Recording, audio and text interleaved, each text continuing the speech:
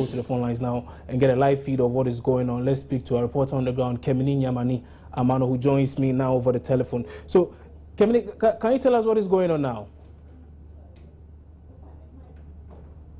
Hello, Atani, can you hear me? So indeed, we have lost Atani on the line now, and like I was mentioning earlier, it has to do with a nationwide protest. They call it a sit-down strike. It has to do with commercial drivers in the country who are embarking on this particular one. And earlier in the day, we were told there were some roadblocks at Ashaiman and Tema in protest of this particular LI, and indeed. Okay, and we'll be touching base with a lot of our correspondents. Well, we have people all over the country who will be bringing us up to speed on the developments where they are. We are starting off, obviously, here in Accra. In fact, we are told that in Ashaiman there was some level of violence there. We are told some people actually destroyed some cars, some vandalized cars over there. We'll be getting you updates on that as well. Like I mentioned, we are seeing live pictures from Ashaiman here in Accra. We are trying to get in touch with our correspondent on the ground, our reporter Atani Delali Emmanuel, who will be joining us pretty shortly with the very latest there. And we are told that there was some security situation there, so they had to take the intervention of the police and the military to restore calm to the area. I'm told Atani is online now.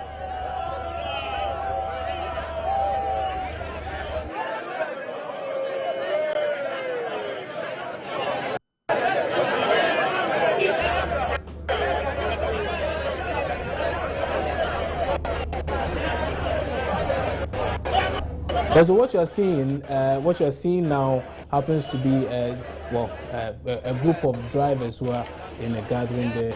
Well, earlier they were being addressed by one of their leaders in there. But again, like I was telling you about, there has been a lot of chaos this morning. In fact, many passengers have been left stranded following the decision by some commercial drivers to go on a sit-down strike. And in fact, my producer MFA had to go through a lot to get here this morning, and she'll be joining me also in the studio pretty shortly to tell me about her experience, what really transpired this morning, what happened in there. And again, in your shot, you can see some military men there trying to calm the situation. We are trying to get a gist of what really is happening there now. I'm not too sure, but I'm sure our correspondent on the beat will bring us up to speed in that particular way. But we are told not same can be said of the situation in other regions. Well, I've been speaking to my colleague Erastus Asaidonko from he's in the Ashanti region. He tells us, well, the situation is not the same there. It seems to be the case that this sit-down strike is one that is being organized and carried out or seen through by some people in Accra. Now let's go to Ashaiman now, and let's speak to another correspondent on this beat. Matilda Womega joins me now over the telephone with the latest on what is going on now. Matilda, good morning. Thanks for joining me. You're welcome. So what's the situation where you are now? Where exactly are you in the first place, and what's the situation where you are now? Exactly at the how do I call it? The bus station, Metro Mass bus terminal. That's exactly where I am now. Okay. I'm a little bit distant myself from exactly what is happening at the main station. You know, the drivers from the main station moved to the Metro Mass station, where they are stopping these drivers from loading their buses, because they are saying that they all form part of the union and they should adhere to the directive that they are given at the main station to stop loading today, that today is the day that they have all declared not to pick any passenger from Ashaiman to anywhere they are going. But the police came in a while ago earlier they blocked the main road to the main entrance to prevent the buses from moving in or even coming in to pick this passengers. So a while ago, the military came in, the police and the military all came in to remove these blocks from the main entrance to allow these buses to move. So as we speak now, one of the buses have loaded the passengers and is on its way to Accra. But due to the huge number of stranded passengers here. The buses have run out, so they are now waiting for more buses to come from Accra to come pick these passengers who are stranded here at the Ashaiman station to the parts of Accra. Yes. Now, let me try and see whether I understand what you are saying clearly. Now, you are saying that some Metromass drivers, or well, you are the Metromass terminal, and exactly. they are being forced to get the passengers out of the vehicle because they form part of the association. Is that what you're saying? Exactly. Yes. Exactly. Yes. So who are these? These people who are stopping the drivers at the Metromass are the drivers from the GPRT, from the assignment main station. They are stopping the Metromass drivers from picking passengers to Accra. They are saying that the Metromass buses do not come with seatbelts. So why are they saying that the Metromass should load? It's not right for the Metromass to load. They are all in the same seat. So the Metromass should also go on strike today. They shouldn't pick up any passengers from the station to Accra. I see. And so there was some level of violence there, like you were saying. And what sparked this violence? For now, I would say that the little calm has been restored to the area due to the presence of the military, I would say, because earlier the police were around to stop these drivers from blocking the main roads with the blocks and then lorry tires. The police were in earlier to stop these drivers, but they were not listening.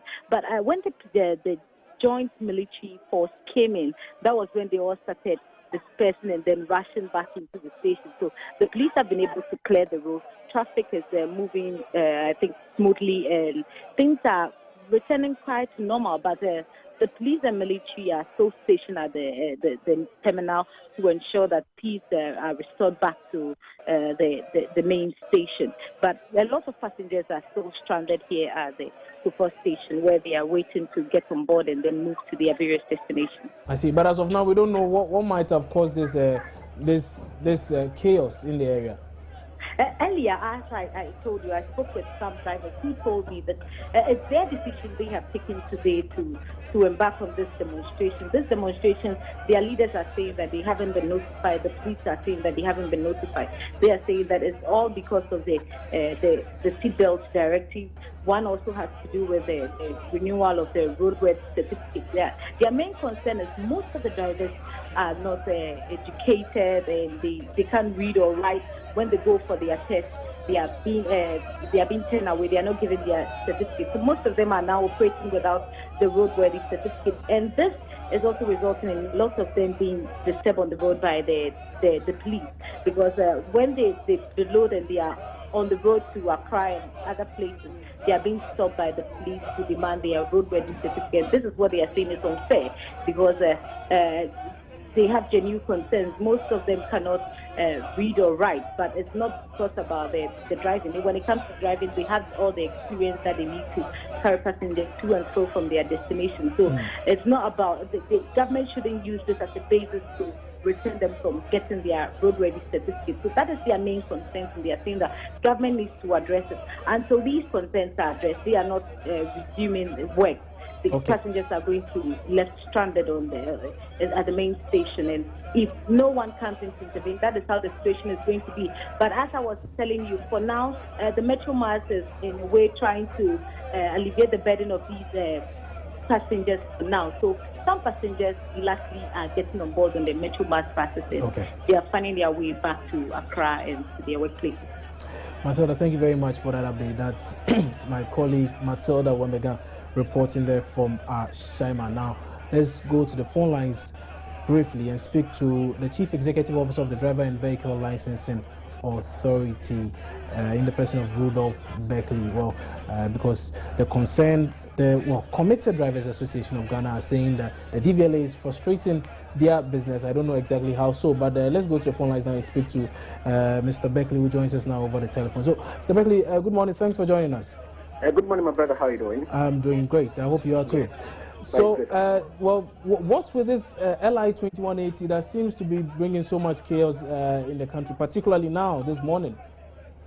Thank you so much, my brother, for having me. And let me say good morning to your cherished listeners. Indeed, Parliament passed the law, that is the legislative instrument LI 2180 in 2012. The object of that particular legislative instrument was to further enhance and promote road safety. So therefore, there are quite a number of provisions in that particular legislative instrument that requires that upon implementation, safety is injected into the road traffic stream so that all road users can breathe a sigh of relief in terms of safety. So quite a number of measures that the LI has indicated must be implemented by the DVLA. Specifically, issues with regards to intensifying our examination platform. You observe that the law makes it clear that before you acquire a license, you must go through 3 different kinds of tests: medical test, theory test, and in-traffic test. The medical test is conducted to check your vision, and then the theory test is where we have the computer-based test to assess your competencies and skills before you go onto the road. This exercise has been going on since 2013, where from 2013 we had a departure from the manual-based or classroom-based examination to the computer-based examination. And I'm surprised that taxi drivers today, since 2013 when we started implementing this novel initiative, taxi drivers today are rebelling or are demonstrating against this good initiative that seeks to test or assess the competencies and skills of a driver before the driver goes onto the road stream. Before we even implemented this LI 2180, we embarked on quite a number of public education, not only within our environment, but even in the various lorry stations. We did that in collaboration with the National Road Safety Commission and then the police MTTD. We have gone around the regions, did a lot of public education, and therefore it is a surprise that taxi drivers today are saying that they are not happy with the exams platform, which started in 2013 and which a lot of them have benefited from. Secondly, they also are talking about a retroreflective tape that is being placed on the side of vehicles. There is no taxi in Ghana that is allowed to use a retroreflective tape. It is vehicles that are of weight 3.5 tons gross vehicle weight and above that the law requires for them to use the tape beside the vehicle. And therefore, if taxi drivers are demonstrating today against a measure that does not concern them, it leaves one wondering why that must be so.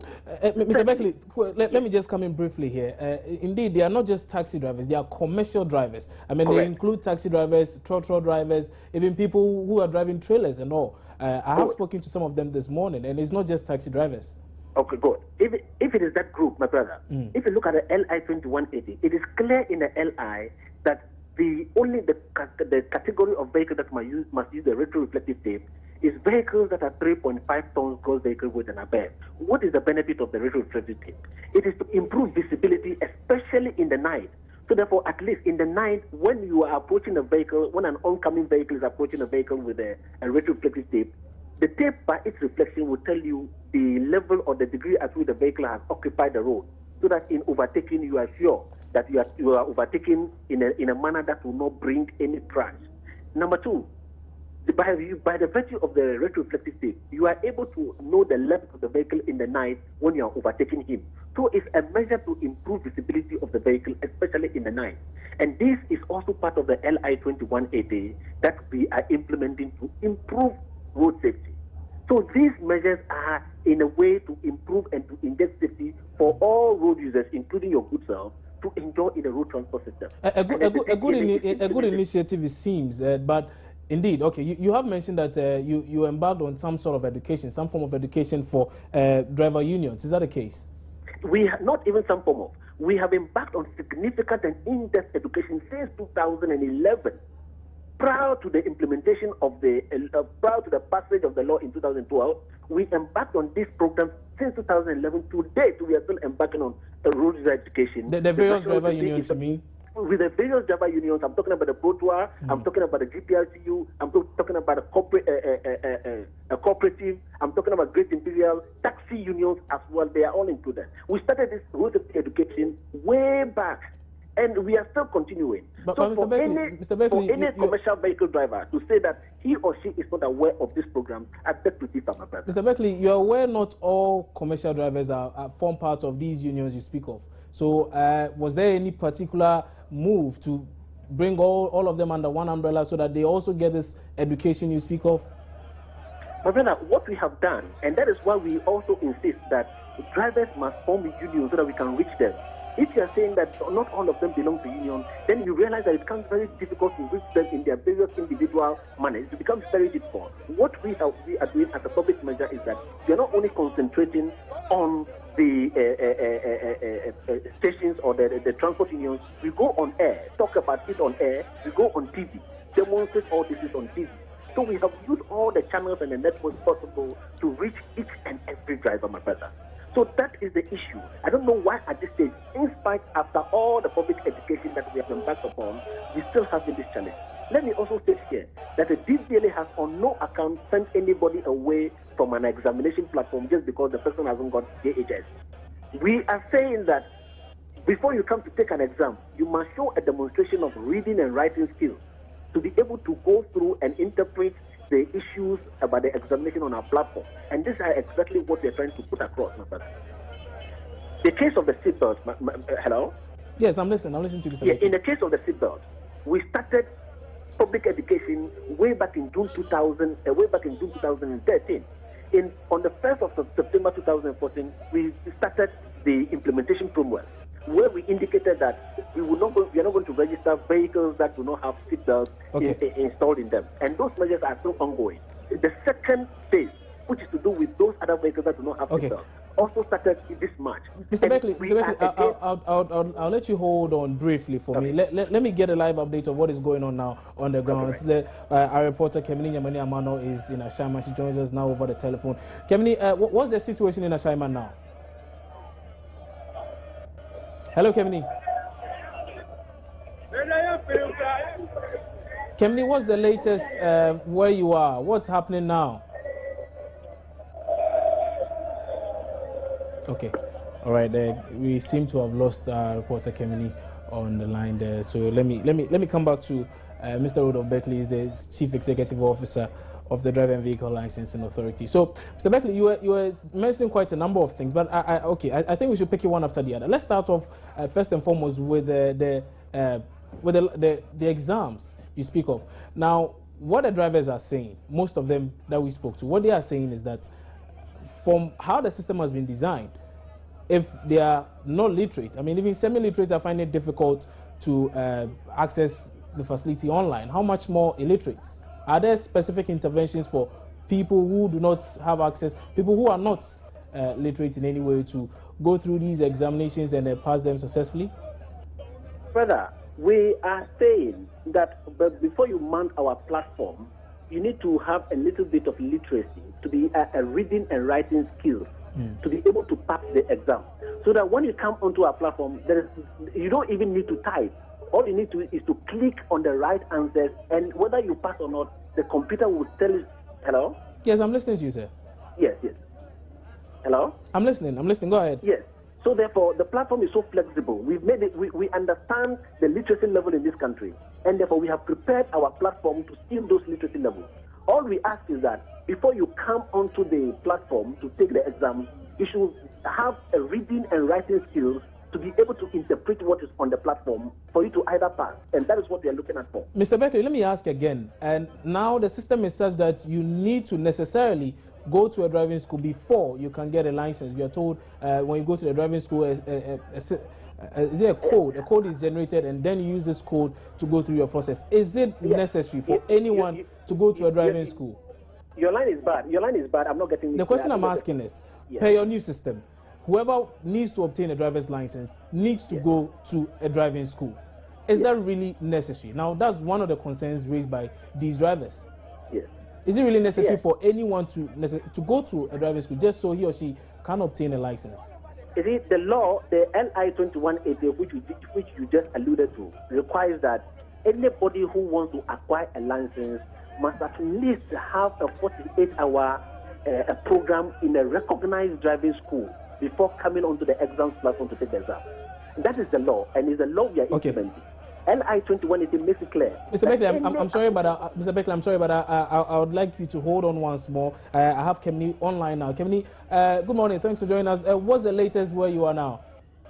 Oh, the situation has not changed. The drivers are still on their strike. It has turned into a mini demonstration. That's what the police is unhappy about. I spoke to the regional commander from Tema, DCOP Victory, who mentioned that what you're doing is illegal. The only reason the police has not taken action is because Atani is a hotspot for violence. But they have warned their leadership this cannot go beyond today because they have no right to block the roads, first of all. They have the right to demonstrate. They have the right to go on a sit-down strike, but they do not have the right of not telling the police. They have the duty of informing the police about whatever action they intend to take. If it's going to cause a public nuisance, they're unhappy about it. Now, what happened also minutes ago is the fact that one of their colleagues had come out to inform them that the leadership says the government has asked the DVLA to hold on to some of the implementation of the directives you may have outlined to the viewers already. Now, they just hooted at that particular colleague of theirs. They told their colleague, no school, no vote, in the sense that they do not want to go and sit in the classroom before they can acquire their driver's license or renew their driver's license. Their thinking is the fact that they feel, look, I'm not going to drive with a mouse. I've been driving for many, many years. I don't need to go to a driving school, especially when I cannot read or write. And so the situation is still the same. Passengers are still stranded. They have nowhere to go. There are a few stray drivers, though, who are loading on the Tema motorway. So some people are walking to the Tema motorway, the assignment and the bridge section of the Tema motorway, to be able to catch a bus to their various destinations. So basically, that's the situation here on ground. I see. But the state of security now, is it better? Has it improved? Is it better than you mentioned to us earlier when we spoke? Oh, yes. The police know when the area in which they are operating have come up with a very professional attitude, in that they know that the people could turn violent. And so they have come with a peaceful arm. They are extending a peaceful arm to the people, hoping that they would not turn violence in the situation as well. So they haven't used any arms. They haven't tried to beat up the people, although they have been very, very, very stubborn. The drivers and their assistants have been very stubborn, but the police is keeping calm. They are having assistance from the Ghana Army as well. We see some soldiers, and tell you what, the drivers are more afraid of the soldiers than they are of the police, and so it's keeping the situation calm. I see. So now the roadblocks and all have been taken out of the way. Now there's free flow of traffic? Oh, yes, the roadblocks have been taken off because I was telling you earlier, the police said it was illegal for them to do that. Yeah. And so they have taken off the roadblocks. Earlier, they grounded some Metro Mass Transit buses because their thought is that the Metro Mass Transit buses do not also have seatbelts. There is no reason that they should be working while they are not. And so they grounded those buses as well. But the police came in, the Ghana Army came in, and those buses were allowed to convey some passengers to various parts of the capital city. Okay. Kemi, finally, before you go, now, for those embarking on this demonstration, are they all commercial drivers, or we have some private people joining them as well? Most of them are just commercial drivers. Okay. And their assistants, from structural drivers to taxi drivers. And so what happens is, if you turn out to be a black sheep, they just come around your car, make sure that you get the passengers down and join them in their sit-down strike, or they'll hoot at you, or make sure you don't move your car at all. So that's the situation here for now. All right, Kemini, thank you very much for that update. That was Kemini Emmanuel reporting live from assignment there. Some calm seems to have been restored to the area. Let's go. Well, let's take a playback from a chairman of. Okay, in fact, I'm told we still have the boss of DVLA on the line. We can still go back to him and get some updates on this particular one. So, Mr. Beckley, how true is this that the DVLA has been asked to put a hold on some of the directives? Hello, I can hear you, sir. Yes, indeed. We are being told now that reports coming in suggest that the DVLA has been instructed to put a hold on some of the directives clearly spelled out in the LI 2180. How true is this? Well, we have not gotten that instruction yet, but then we are meeting with the driver unions today at 3 o'clock at a meeting to discuss all these issues. You know, when the matter came up, one would have expected that at least the concerned or the aggrieved drivers will send a petition to the DVLA for us to work on. We have never received any petition from any driver union, and therefore even in our attempt to find out their location to have a dialogue with them proves very futile. So we are hopeful that today's meeting with a lot of drivers' union will resolve this impasse. Our doors are open for any union to register their grievances with. I don't know why the concerned taxi drivers or public transport unions will not send their grievances or send their petition to us for us to sit and then address, rather than go on strike. So how do you intend on addressing these concerns raised? Yes, I have just mentioned to you that at 3 o'clock today, I'm meeting with a lot of the public transport leadership, the leadership of the public transport operators. Yes, and exactly, I understand that. And when you do meet them, they are going to come up with these concerns. How do you intend on resolving these concerns? What I'm saying is that even before then, I would have preferred that those who are currently masterminding the demonstration would have sent a petition about their grievances to the DVLA for us to sit and resolve. But then, as at the time they got wind of this supposed demonstration last week Friday, no such information had been received by the DVLA. Even in our attempt to reach out to them because we were not able to identify their location and meet them. Is the reason I'm saying that for those recognized transport unions that we know of, we are having a meeting with them at 3 o'clock today to understand the issues better and to be able to resolve all. We have been in constant and consistent dialogue with the public transport operators. And therefore, when I called the national chairman of TPRT today, he told me that he is not aware of this demonstration. Likewise, the Putra leadership and then the corporate association. So he realized that a lot of recognized public transport operators are not aware of this demonstration because the DVLA is constantly in talk with the recognized public transport operators with regards to a lot of these issues. But are their concerns not clear enough? Their concerns seem to be clear enough. I'm looking for specifics, but you don't seem to be giving me that. What exactly are you going to do once these issues come up again? Because obviously these are the very same issues they're going to bring up. The fact that they are unable to go through the process without necessarily going to a driving school, or the fact that they have, they are being forced to install seatbelts in their commercial trotro vehicles and all. These are issues that will obviously come up. What are the solutions you will be professing? My brother, I just mentioned to you that I'm hearing about the issues for the first time in the media. No petition has been addressed to the DVLA. And therefore, when we meet them this afternoon, the issues are going to come up and we amicably resolve them. And that is the position of the DVLA. We have not received any petition from any organized group. And therefore, it will be difficult for me to tell you what direction we are going to have. Unless, of course, we meet them and then we address all the issues very practically. We have resolved quite a number of issues with the public transport unions, not today. And therefore, my position is that, yes, when we meet them today, we're going to listen to their issues, the issues that are resulted into this demonstration. We're going to listen to it, and then we resolve the issues amicably, and that is the position of the DVLA.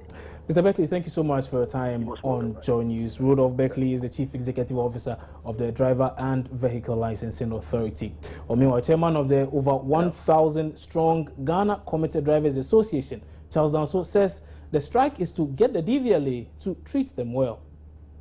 The seatbelt that is supposed to put in throttle, we are not going to do today and tomorrow. If they want us to do that, they should send a specification to Germany. I think it's Germany who does sprinters and them. They should take specification to Germany, China, for them to build a cars to Ghana, so that all these things will be put in place before they bring it here. Not to take some accredited agent of yours for them to take a huge money from us. In fact, my brother, is very, very abhorrent. But what you are saying now, what you are suggesting now is an unconstitutionality, because as things stand now, it is a law. So if you do anything contrary to that, you are going against the law, for which you can't be punished. We are not going against the law. Even if they say someone is going against the law, the police personnel who arrest us must be first arrested. They brought this, they are enforcing this law. Ask them, Okada is illegal. Go and see everywhere in the nation, Okada is moving on. In fact, some of the police personnel are owning the Okada, some of the politicians. In fact, it was Honorable Nilaya Frutagbo who abandoned that law, that the Okada should work. They are his boys. We all heard it. So a certain member of parliament who was there, I don't know. I thought the time that law was being gazetted, he wasn't there. So if you are a sitting member, for you to abort that section of the law, is it not the whole book which has been thrown away? The whole law has been thrown away. So we are standing on it. If we have lawyers, if we have lawyers and elders in this country, they should rise up. We are not killing people. See this N1. There must be footbridges on it at where the bus stops are created. It's not so. And they've created ways in there for people to pass inside. Why don't they block that road to limit road accident? Visibility. The doomsday going on. If my brother, if you are applying on the N1 and someone is wearing black, how will you see that person? So is it the fault of the drivers, or is the fault of the so-called ministers?